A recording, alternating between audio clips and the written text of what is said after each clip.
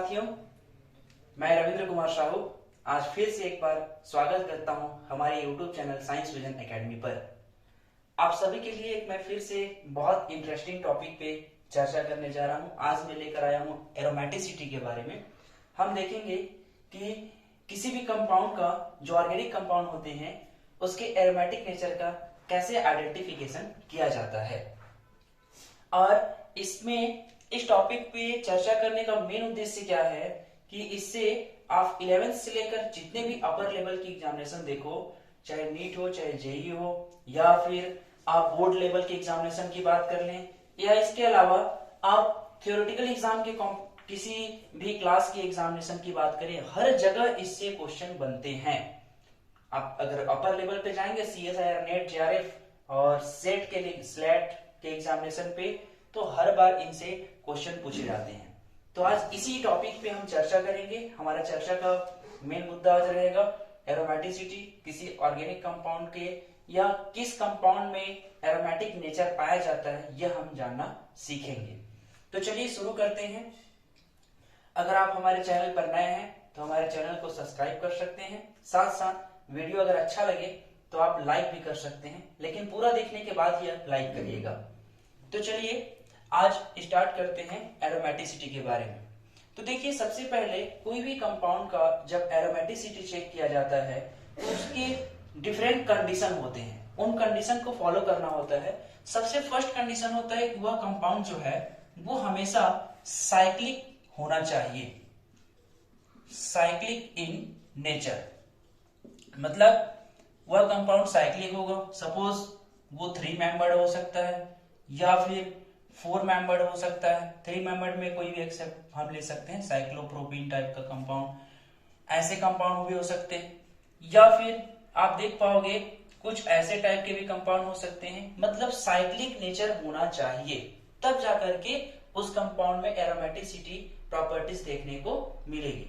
इसके अलावा दूसरी कंडीशन क्या है, जिस फर्स्ट कंडीशन को हमेशा याद रखिएगा, बहुत इंपॉर्टेंट कंडीशन है ये कि साइक्लिक इन नेचर होना ही चाहिए।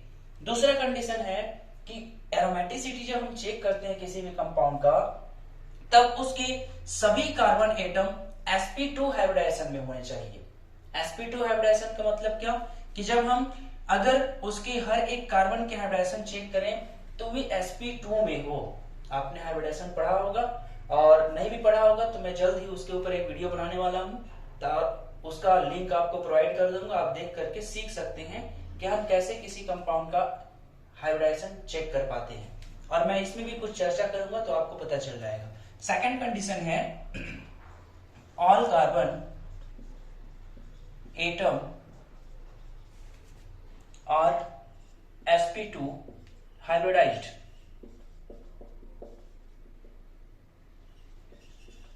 ये सेकंड कंडीशन है। इसके साथ साथ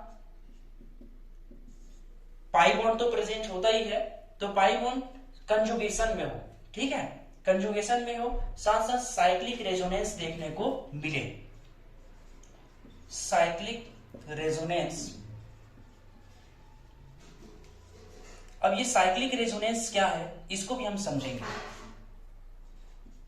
साइक्लिक रेजोनेंस पॉसिबल हो तब जाकर के कोई कंपाउंड एरोमेटिक नेचर का हो पाएगा।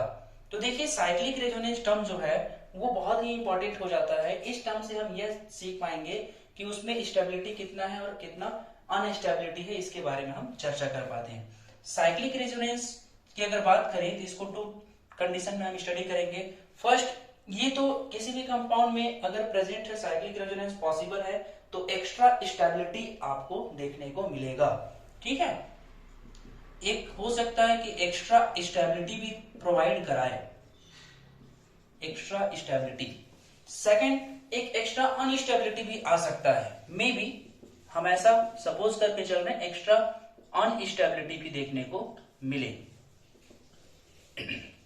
अब देखिए, एक्स्ट्रा स्टेबिलिटी की बात करें तो जब एक्स्ट्रा स्टेबिलिटी होगा उस कंडीशन पे हमेशा वो कंपाउंड कैसा नेचर का होगा, एरोमेटिक नेचर का होता है, एरोमेटिक नेचर। और साथ साथ जब वो कंपाउंड एक्स्ट्रा अनस्टेबल होगा तब की कंडीशन पे वह हमेशा एंटी एरोमेटिक नेचर का होगा। Anti aromatic. अब भाई दो शब्द आ गए, एक एरोमेटिक और एक एंटी एरोमेटिक। तो अब पहले हमको समझना है एरोमेटिसिटी से एरोमेटिक को, देन एंटी एरोमेटिक को, और ऐसे ही सिस्टमैटिक वे पे हम चर्चा करते जाएंगे। सभी इसको सिस्टमैटिक वे पे नोट कर लीजिएगा। सभी ने नोट कर लिया होगा। आगे चलते हैं। अब देखिए और क्या क्या कंडीशन अप्लाई है इसमें। ऑर्गेनिक कंपाउंड हम जब चेक करते हैं तो हमेशा ऑर्गेनिक कंपाउंड होना चाहिए। साइक्लिक रेजोनेंस आपको मैंने बताया, sp2 हाइब्रिडाइजेशन होना चाहिए। इसके साथ साथ जब हम उस कंपाउंड की स्ट्रक्चर की बात करें तो उस कंडीशन पे वो हमेशा प्लेनर स्ट्रक्चर शो करे। प्लेनर का मतलब क्या कि भाई नॉन प्लेनर ना हो। जब स्टीरियोकेमिस्ट्री आपको पढ़ाया जाएगा तो बताया जाएगा कि प्लेनर और नॉन प्लेनर में क्या डिफरेंस है। तो थर्ड कंडीशन हो जाएगा इसके लिए कि स्ट्रक्चर इज प्लेनर।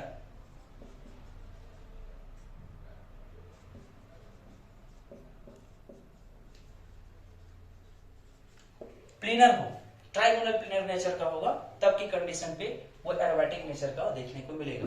सपोज देखिए मेरे पास क्या है, एक ऐसा कंपाउंड है। अब इसमें मैंने ऐसे पाई बॉन्ड लगा दिया। यहां पे आप देख रहे हैं हर एक कार्बन से एक एक हाइड्रोजन प्रेजेंस है। जब हमने इसकी स्ट्रक्चर का स्टडी किया तो हर एक कार्बन sp2 में था। इसके साथ साथ हर एक कार्बन sp2 में, और ये ट्राइगोनल प्लेनर स्ट्रक्चर बनाता है। इस कंडीशन पे ये एरोमेटिक नेचर का हो जाएगा। उसके अलावा एक और कंडीशन है, follow हकल rule. Follow हकल rule. हकल rule को जो कंपाउंड फॉलो करेंगे वो हमेशा एरोमेटिक नेचर के होंगे। अब हकल का रूल क्या है, तो हकल के रूल की बात करें तो इसमें हमेशा याद रखिएगा, if any organic compound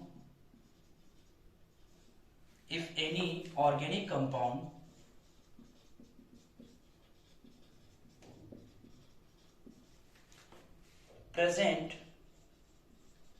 2 pi electron, 6 pi electron, 10 pi electron, then continue अपन इसे स्टडी करें तो 14 pi electron, ऐसे ही 18 pi electron, ये आगे अपन 22 ले सकते हैं, 26, 30। जैसे जैसे कंपाउंड के साइज इंक्रीज होते जाएगी वैसे वैसे पाई इलेक्ट्रॉन्स का नंबर बढ़ते जाएगा। तो उसको अगर ओ प्रेजेंट हो तो ऑलवेज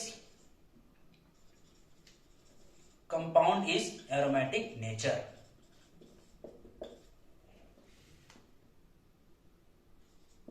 एरोमेटिक इन नेचर। तो ये बात हमेशा ध्यान रखिएगा। यदि कंपाउंड में 2 पाई इलेक्ट्रॉन, 6 पाई इलेक्ट्रॉन, 10, 14, 18, 22, 30, 34 आगे भी ऐसे इंक्रीज होते जाएगा। अगर इतने इलेक्ट्रॉन प्रेजेंस हैं, वो भी पाई इलेक्ट्रॉन, मैं भी काउंट करके बताऊंगा कैसे किया जाता है काउंट, तो वो पाई इलेक्ट्रॉन प्रेजेंस हो तब उस कंडीशन पे हमेशा वह कंपाउंड एरोमेटिक नेचर का होगा। भाई इस चीज को आप हमेशा ध्यान रख लीजिएगा, दिमाग में भर डाल के इसको ताला लगा लीजिएगा, तब जाकर के आप इसको हमेशा सॉल्व कर पाएंगे, क्वेश्चन को आप सॉल्व कर पाएंगे। अब देखिए इसको भी नोट कर लीजिए। आगे चलते हैं और अभी मैं एक नेक्स्ट और कंडीशन बता रहा हूं कि कैसे हम चेक कर पाते हैं एरोमेटिक। कुछ एग्जांपल लेकर के चलेंगे। हकल रूल की और बात करें, इसमें हकल रूल को मैं ऊपर से लिख रहा हूं फिर से। तो हकल ने कहा कि 4n+2 पाई रूल को जो फॉलो करेगा वो हमेशा एरोमेटिक नेचर का होगा। तो मैं अभी इलेक्ट्रॉन्स का नंबर बताया, इसी को आगे बढ़ाते हैं। उसने क्या बोला, 4n+2 पाई रूल को जो फॉलो करेगा वो ऑलवेज कैसा होगा, एरोमेटिक नेचर का होगा। अब ये 4n+2 पाई रूल क्या है, एक एग्जांपल लेकर चलते हैं, इसको मैं प्रूफ करके दिखाता हूं कैसे एरोमेटिक नेचर का होगा और नहीं होगा इसके बारे में। सपोज हमारे पास एक कंपाउंड है, मैंने भी जो बेंजीन एक कंपाउंड लिया था उसी कंपाउंड को ले लें। इसमें हमने देखा कि 3 पाई बॉन्ड है। अब सभी को पता होगा कि 1 pi bond is equal to 2 electron. अब टोटल 3 पाई बॉन्ड है, मतलब मैं इसको 2 से मल्टीप्लाई करूं तो मुझे 6 पाई इलेक्ट्रॉन मिल जाएगा। अब पाई इलेक्ट्रॉन तो मिल गया, एरोमेटिक नेचर का होगा, हर एक कार्बन चेक करोगे तो sp2 आपको हाइब्रिडाइजेशन देखने को मिलेगा। अब sp2 हाइब्रिडाइजेशन के साथ साथ ये प्लेनर स्ट्रक्चर भी शो कर रहा है, साइक्लिक रेजोनेंस भी पॉसिबल है। मैंने भी उस टर्म को बहुत अच्छे से क्लियर नहीं किया है, कुछ एग्जांपल्स लेकर भी चलेंगे कि साइक्लिक रेजोनेंस क्या है। तो साइक्लिक रेजोनेंस का मतलब कि उसके पाई बॉन्ड कंप्लीट कंजुगेशन में हो। जैसे इसको मैंने अगर पाई बॉन्ड को रोटेट कराया इधर, इसको रोटेट इधर कराएंगे, इसको रोटेट इधर कराया, तो हम सॉरी डीलोकलाइज करा रहे हैं, तब उस कंडीशन पे हमने देखा कि एक न्यू स्ट्रक्चर का फॉर्मेशन होगा, और वो जो न्यू स्ट्रक्चर बनेगा उसमें भी सेम ऐसी प्रॉपर्टीज होगी। तो इस तरह से हमने बोल दिया कि हाँ ये रेजोनेटिंग स्ट्रक्चर है, और इसी को आगे चल करके इस बेंजीन का आपने देखा कि ऐसा ये एक साइकिल का स्ट्रक्चर बनाया गया है। ठीक है, तो एरोमेटिसिटी में ये एक एग्जांपल मैंने आपको बताया कि एरोमेटिसिटी ऐसा चेक करते हैं। अब देखो ये 4n+2 पाई को कैसे डील करें। तो इस स्ट्रक्चर में आपका जो 4n+2 पाई है, अब सपोज मेरे पास 6 पाई आ गया, मैंने क्या किया 4n+2 और ये आपका पाई है is equal to total 6 pi electron है। अब यहां से आप देखो पाई और पाई कैंसिल हो जाएगा, मुझे n का वैल्यू फाइंड करना है, तो मैं क्या कर दूंगा यहां से ये 4n इज इक्वल टू 2 को उधर लेकर जाता हूं 6 - 2 और 4n is equal to 4।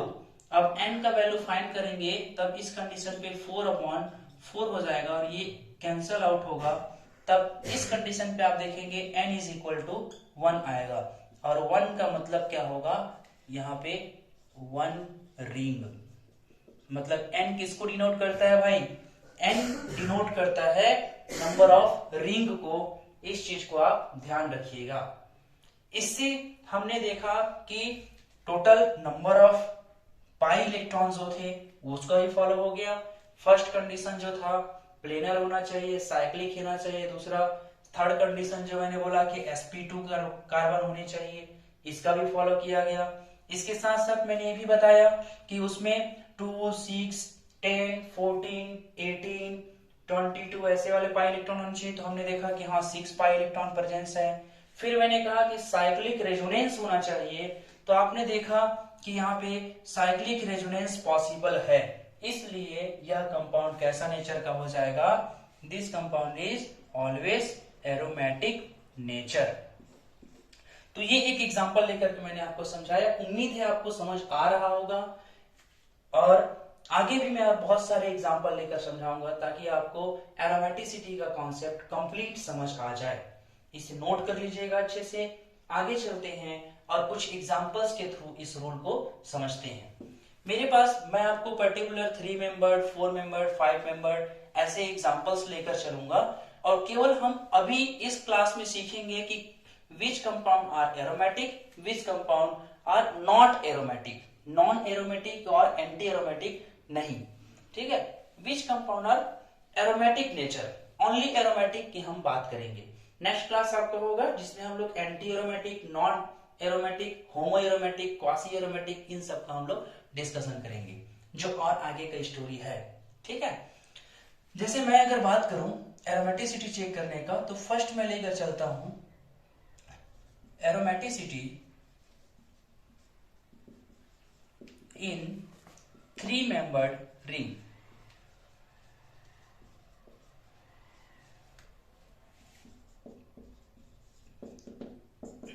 3-membered ring की बात करें तो मेरे पास पॉसिबल 3-membered रिंग क्या क्या हो सकते हैं। एक तो ऐसा नॉर्मल, ये फर्स्ट। सेकंड मैं साथ साथ चेक करूंगा, आप भी कोशिश करिएगा चेक करने का, मैंने जो रूल बताया उस रूल के हिसाब से। सेकंड हमारे पास है, मैंने क्या किया, इसी साइक्लोप्रोपीन को लिया और साइक्लोप्रोपीन में एक मैंने यहाँ पे कैटायन लगा दिया। थर्ड एग्जांपल आप देखेंगे कि इस साइक्लोप्रोपीन में एक मैंने एनायन लगा दिया इस कार्बन पे। नेक्स्ट एग्जांपल है ओनली साइक्लोप्रोपेन। ऐसे कुछ पॉसिबल स्ट्रक्चर है, इसमें हम लोग को एरोमेटिसिटी चेक करना है। तो कोशिश करिए आप भी, हम भी कोशिश करते हैं, और आपके साथ साथ मैं भी सॉल्व करूंगा। चलिए देखते हैं कौन पहले सॉल्व कर पाता है। ठीक है, इस कंपाउंड की बात करें तो यहां पे हमने देखा कि इसका यहाँ 1 हाइड्रोजन हाइड्रोजन और यहाँ पे 2 हाइड्रोजन है। अगर हमने इसमें टोटल पाई इलेक्ट्रॉन कैलकुलेट किया तो आप देख पाओगे 2 पाई इलेक्ट्रॉन। साथ साथ यहाँ पे this carbon is sp2 carbon, this carbon is sp2 carbon, but this carbon is not sp2 carbon. ठीक है, बिकॉज यहाँ पे आप देख रहे हो 1 2 3 4 बॉन्ड पॉसिबल हो रहे हैं। साथ साथ कार्बन पे जब 4 बॉन्ड बने तब उस कंडीशन पे इसकी हाइब्रिडेशन क्या हो जाएगी भाई, sp3 हो जाती है। मतलब इसका अभी एरोमेटिसिटी हम नहीं कर पाएंगे, दिस एरोमेटिक नेचर का नहीं है। ठीक है, तो हम क्या लिखेंगे, नॉट एरोमेटिक। अब इसकी बात करते हैं। इस कंडीशन पे हम अगर देखें तो यहाँ पे ये कार्बन और ये तीनों कार्बन, आगे अगर हम सॉल्व करें इसको तो हम देख पाएंगे इसमें जो हाइड्रोजन अवेलेबल है, एक कैटायन की वजह से यहाँ पे 1 हाइड्रोजन 1 पाई बॉन्ड हाइड्रोजन और यहाँ हाइड्रोजन। अभी इस कार्बन और इस carbon all carbon atom sp2 hybridization, sp2 सभी कार्बन एटम कैसे हैं, sp2 हाइब्रिडाइजेशन में अवेलेबल है। तो उस कंडीशन पे तो एक हमने ऐसा देख लिया। इसके साथ साथ 2 पाई इलेक्ट्रॉन भी प्रेजेंस है बिकॉज 1 पाई बॉन्ड है। ठीक, इसके साथ अब हम इसका रेजोनेटिंग स्ट्रक्चर देखें, क्या रेजोनेटिंग स्ट्रक्चर पॉसिबल है या नहीं। ये पहला कंडीशन फॉलो किया, साइक्लिक के साथ साथ ऑल कार्बन एटम sp2, साथ साथ आपने देखा 2 पाई इलेक्ट्रॉन प्रेजेंस है। अब अगर हम बात करें इसके रेजोनेटिंग स्ट्रक्चर का तो हमने देखा जब हम इस पाई बॉन्ड को डीलोकलाइज कराएं तो इस कंडीशन पे कार्बोकैटायन जो है ये इस कार्बन पे शिफ्ट हो जाएगा, मतलब यहाँ पे साइक्लिक रेजोनेंस पॉसिबल होगा। आप यहाँ देख पाएंगे ऐसा कि ए 1 hydrogen, this carbocation is here, hydrogen and hydrogen. ठीक है, इस पाई बॉन्ड को थोड़ा अच्छे से बना लीजिएगा। अब देख पा रहे हैं यहाँ पे फिर से आप ऐसा शिफ्ट करना चाहें तो ये डीलोकलाइज होकर किधर चला जाएगा, एक न्यू स्ट्रक्चर। रेजोनेटिंग स्ट्रक्चर में हमेशा ऐसा बोथ डायरेक्शन वाले एरो हम यूज करते हैं। एक न्यू स्ट्रक्चर का फॉर्मेशन होगा जिसमें आप देख पाएंगे कि साइक्लिक रेजोनेंस होने के बाद हमारा जो कैटायन था वह जहां से हमने स्टार्ट किया, ये सपोज नंबरिंग कर लें 1 2 3, तो 2 कार्बन पे फर्स्ट में आपका क्या था कैटायन, फिर इसके बाद 3rd कार्बन पे चला गया और फिर इसके बाद आपने देखा कि वो शिफ्ट होकर के 1st कार्बन तक पहुंच पा रहा है 1 2 3, मतलब कंप्लीट कंजुगेशन पॉसिबल है यहाँ पे। और जब कंप्लीट कंजुगेशन होगा उस कंडीशन पे हमारा कंपाउंड कैसा हो जाएगा, एरोमेटिक नेचर का। मतलब फर्स्ट कंडीशन साइक्लिक नेचर, तो साइक्लिक तो दिख ही रहा है भाई। Second condition all carbon atom sp2 hybridization. Third condition 2 pi electron. Fourth condition आपने देखा साइक्लिक रेजोनेंस पॉसिबल है, मतलब this compound is always aromatic in nature. ये कंपाउंड हमारा कैसा हो गया, एरोमेटिक नेचर का।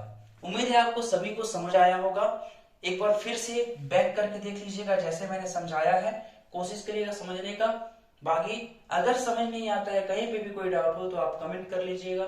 मैं आपके डाउट्स को फिर से क्लियर करने के लिए लाइव क्लासेस डेली आता हूँ 4:30 PM पे, उतना टाइम आपके डाउट्स को क्लियर किया जाएगा। ठीक है, आगे चलते हैं। हमने फर्स्ट सेकंड सॉल्व कर लिए, थर्ड क्वेश्चन की बात करते हैं। हमारे पास थर्ड क्वेश्चन जो है, मैं इसे इरेज कर देता हूं। थर्ड क्वेश्चन जो है उसमें देखिए 1 एनायन प्रेजेंस है एक कार्बन एटम पे, और ऑर्गेनिक केमिस्ट्री में आपने इलेक्ट्रॉन काउंटिंग के बारे में पढ़ा होगा, तो 1 माइनस चार्ज को 2 इलेक्ट्रॉन मानकर चलते हैं। अब 1 माइनस चार्ज 2 इलेक्ट्रॉन, मतलब टोटल हम अगर इलेक्ट्रॉन काउंट करें और साथ साथ ये बॉन्डिंग में पार्टिसिपेट भी कर लेता है। जब बॉन्डिंग में पार्टिसिपेट करेगा तब इस कंडीशन में टोटल 4 पाई इलेक्ट्रॉन पाए जाएंगे, और 4 पाई इलेक्ट्रॉन मतलब नॉट एरोमेटिक। अभी मैंने आपको कहा ना कि एरोमेटिक का ही हम बात करेंगे, non aromatic, anti aromatic, homo aromatic, इन सब के ऊपर चर्चा नहीं हो रहा है। तो केवल हम इस पर बता सकते हैं दिस इज नॉट एरोमेटिक। क्योंकि मैंने आपको अभी तक नहीं बताया है कि और बाकी चीज के लिए क्या होता है। नेक्स्ट क्लास में आपको सब कुछ बताया जाएगा। इसमें आप देख पाएंगे ये साइक्लोप्रोपेन जो है इसमें तो पाई बॉन्ड ही नहीं है, मतलब 0 पाई इलेक्ट्रॉन। इस केस में ये भी क्या हो जाएगा, नॉट एरोमेटिक नेचर का हो जाता है। तो भाई सभी को समझ आ रहा होगा, उम्मीद है आप सभी इस वीडियो को पूरा देखिएगा। वैसे ही मैं 3 मेंबर, आगे 4 मेंबर, 5 मेंबर सबका बताऊंगा। अच्छे से इसको देखिएगा, रिवर्स करके भी देख सकते हैं, तब आकर आपको समझ आएगा। बहुत ही इंपॉर्टेंट टॉपिक है आपके कंपटीशन एग्जाम से रिलेटेड, थ्योरेटिकल एग्जाम से हर जगह इसके क्वेश्चंस आपको देखने को मिलते हैं। आगे चलते हैं और आगे हम बात करेंगे कि 4 मेंबर 5 मेंबर रिंग में कैसे हम एरोमेटिसिटी चेक करते हैं। तो देखिए मेरे पास 4 मेंबर के कुछ एग्जांपल लेकर चलते हैं। सेकंड, एरोमेटिसिटी इन 4 मेंबर्ड रिंग। 4 मेंबर्ड रिंग में आप देख पाएंगे कुछ एग्जांपल्स। सबसे इजी एग्जांपल साइक्लोब्यूटेन। देन इसी साइक्लोब्यूटेन में अगर मैं एक पाई बॉन्ड लगा दूं तो दिस इज साइक्लोब्यूटेन। देन अगर मैं क्या कर दूं, 2 पोजीशन पे पाई बॉन्ड लगा दूं तब इस कंडीशन पे 1,3 डाइसाइक्लोब्यूटेन हो जाएगा। ठीक है। अब इसके बाद नेक्स्ट मेरे पास एग्जांपल है, मैंने क्या किया कि 1 पाई बॉन्ड, 1 कैटायन, 1 एनायन, ऐसे हम सपोज करके चल सकते हैं। डिफरेंट टाइप के एग्जांपल बना सकते हैं। यहाँ पे एक pi bond, 1 position anion, anion. इसके बाद एक और हम पॉसिबिलिटीज देख पा रहे हैं कि मेरे पास ऐसा ही एक पाई बॉन्ड वाला कंपाउंड है, यहाँ पे एक कैटायन प्रेजेंस है, यहाँ पे एक कैटायन प्रेजेंस है। अब आपको बताना है कौन कौन से कंपाउंड एरोमेटिक नेचर के होंगे। आपको 4 to 5 मैंने कंडीशन जो बताया है उन सबको फॉलो करते हुए इसे सॉल्व करना है। सबसे first, compound in always cyclic in nature, तो आपको सभी साइक्लिक में दिख रहा होगा। सेकंड मैंने आपको बताया कंपाउंड में all carbon atom sp2 hybridisation में होने चाहिए। थर्ड मैंने आपको बताया कंपाउंड की स्ट्रक्चर प्लेनर होनी चाहिए, सारे प्लेनर स्ट्रक्चर पे हैं। और इसके साथ साथ मैंने आपको ये बताया कि कंपाउंड में साइक्लिक रेजोनेंस पॉसिबल होना चाहिए। और आखिरी, फॉलोड हकल रूल। हकल रूल को जो भी फॉलो करेगा, हकल रूल का 4n+2 पाई रूल है, जिसमें आपको बताया गया है कि 2 pi electron, 6 pi electron, 10 pi electron, 14 pi electron, 18 pi electron, 18 के बाद 22, ऐसे रिंग का साइज इंक्रीज होते जाएगा, वो number of pi electrons increase होते जाते हैं। अगर उतने प्रेजेंस हैं तब उस कंडीशन पे वो कंपाउंड ऑलवेज एरोमेटिक नेचर होगा। कुछ क्वेश्चन मैं करूंगा, कुछ क्वेश्चन आपके लिए होमवर्क रहेगा, तो आप कोशिश करिएगा खुद बैठ करके सॉल्व करने का। सबसे पहले इसकी बात ही नहीं कर सकते, इसमें 0 पाई इलेक्ट्रॉन है, तो ये क्या होगा, नॉट एरोमेटिक। हम अभी एंटी एरोमेटिक, होमो एरोमेटिक की बात नहीं कर रहे हैं, मैं बार बार रिपीट कर रहा हूं। ये नहीं कि कोई कहे कि सर आप ऐसे कैसे कर सकते हैं, केवल हम एरोमेटिक को ही चेक कर रहे हैं कि विच कंपाउंड आर एरोमेटिक। तो ये एरोमेटिक नहीं है, इसलिए मैं सामने नॉट लगा दिया हूं भाई। अब इसकी बात करें, मेरे पास दूसरा क्वेश्चन जो है मैं उसको इधर सॉल्व करता हूं। सेकेंड क्वेश्चन को आप देखिए, हमारे पास ऐसा एक कंपाउंड है जहां इस कार्बन एटम पे ऐसे सिंगल सिंगल हाइड्रोजन प्रेजेंस है। जब इसका हम हाइड्रोजन चेक करेंगे तो this is always sp2 hybridized, this carbon is always sp2 hybridized. ऐसे 2 कार्बन तो मिल गए, बट इन कार्बन पे 2 हाइड्रोजन, ऐसे इसकी वैलेंसी को कंप्लीट करने के लिए 2 हाइड्रोजन प्रेजेंस है। बट हम इसका ये आपने चेक किया हाइब्रिडाइजेशन, तो दोनों कार्बन का कैसा देखने को मिला, sp3 हाइब्रिडाइजेशन देखने को मिला। और हमारा कंडीशन क्या बोलता है, all carbon is sp2 hybridisation, मतलब ये भी एरोमेटिक नहीं होगा भाई, नहीं हो पाया। अगर हो जाता sp2 तब आगे की कंडीशन को अप्लाई करते, इसलिए अभी हम यहीं पे इसको स्टॉप करके बोल देंगे this is not aromatic. Then next compound की बात करें। अब इसमें देखो, हर एक कार्बन जो है वो sp2 हाइब्रिडाइजेशन में प्रेजेंस है। इसका all carbon atom sp2 hybridised,